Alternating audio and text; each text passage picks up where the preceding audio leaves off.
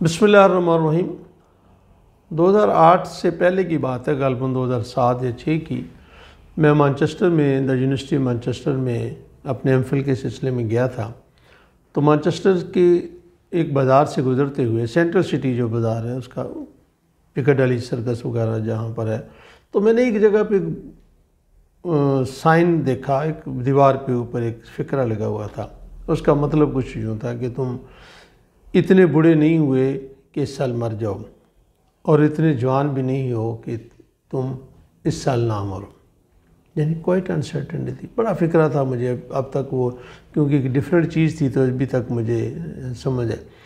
تو میں نے اس فکرے سے پھر ایک اور چیز کا اخذ کی، اور میں نے وہ فکرہ آپ سے یہ کرتا ہوں کہ آپ اتنے بوڑھے نہیں ہوئے کہ اس سال کوئی نیا منصوبہ نہ بنا سکے۔ بہت ہو گیا، نوکری کر لی 60-65 سال، اب کیا کرتے ہیں؟ گھر میں بیٹھے رہتے ہیں، 3 گھنٹے اخبار پڑھتے ہیں اور کوئی کام نہیں کرتے۔ بس بہت کر لیا، اور کچھ نہیں میں نے کرنا، بس جتنا میں نے کرنا تھا وہ میں نے سارا کچھ کر لیا۔ آپ اتنے بوڑھے ہو گئے کہ اس سال کوئی نیا منصوبہ نہیں بنا سکتے۔ کوئی چند سال پہلے کی بات ہے، ہمارے دوست ہیں ڈاکٹر اشتیاق احمد گوندل صاحب، ان کے ایک بزرگ تھے، وہ کافی بوڑھے تھے اور کافی عمر کے تھے۔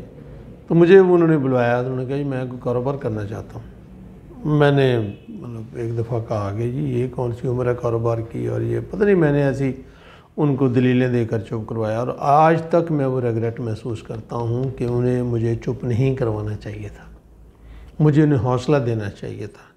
وہ بھلے کسی بڑے لیول کا کام نہ کرتے، لیکن کسی نہ کسی چھوٹے لیول کا وہ کام کرتے تو ان کی زندگی کے اندر بہتری آتی، وہ مصروف ہوتے اور وہ تنہائی بھی محسوس نہ کرتے۔ کام کا سب سے بڑا فائدہ یہ ہے کہ آپ تنہا نہیں ہوتے۔ کام کس کے ساتھ کریں گے؟ کوئی سپلائر ہوگا، کوئی کسٹمر ہوگا، کوئی بندے ہوں گے، کوئی سرکار کے ٹیکس ہوں گے۔ ہم اگر فرض کے یہاں پر بیٹھے ہیں تو کچھ لوگ ہمارے گاہک ہیں، کچھ لوگ ہمارے سپلائر ہیں، کچھ لوگ سرکاری کام سے آتے ہیں، کچھ یہاں پر 200-300 لوگ کام کرتے ہیں۔ تو ان لوگوں کے ساتھ ہماری کوئی کنیکٹیوٹی ہے۔ تو کیا ہم تنہا ہو سکتے ہیں؟ ہاں، اگر کوئی کام نہ کریں، گھر میں بیٹھے رہیں، تو پھر تنہائی ہے، پھر اور کچھ نہیں ہے۔ تو ابھی میں آج ہی ایک صاحب نے انڈیا کے کسی صاحب کی ایک تقریر جو ہے، وہ چھوٹا سا کلپ جس میں عامر خان اس کا انٹرویو لے رہا تھا، وہ بھجوایا۔ تو اس میں اس نے یہ کہا کہ جی 60 کوئی ریٹائرمنٹ نہیں ہے۔ مجھے بڑی اچھی بات لگی اس کی، نام تو مجھے اس کا نہیں پتہ، لیکن انٹرویو اس کا عامر خان کا رہا تھا۔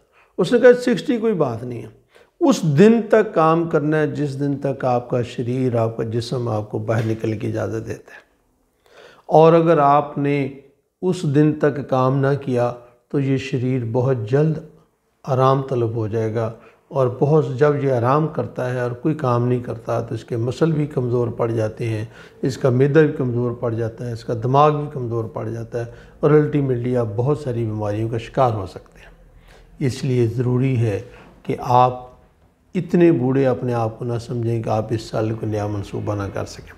آپ نے وہ کہاوت سنی ہوگی کہ ایک بوڑھا شخص جو ہے وہ پودا لگا رہا تھا، تو کسی نے کہا کہ بابا جی اس کو کون کھائے گا؟ تو اس نے کہا پچھلی نسل نے لگایا تھا تو ہم نے کھایا، ہم لگائیں گے تو اگلی نسل کھائے گی۔ تو اس لیے میرے دوستوں، میرے بھائیوں، کبھی یہ نہ سمجھنا میں بوڑھا ہو گیا ہوں جب میں نے کام ختم کر لیا ہے۔ یہ ایک ایملی اصفہانی ایک خاتون ہے، تو اس نے میننگ فل لائف کے اوپر ایک لیکچر بھی دیا اور ایک کتاب بھی دی۔ میں وہ بڑی تردد سے اس کتاب کو پڑھتا ہوں، یعنی باقاعدہ ورڈ بائی ورڈ پڑھتا ہوں۔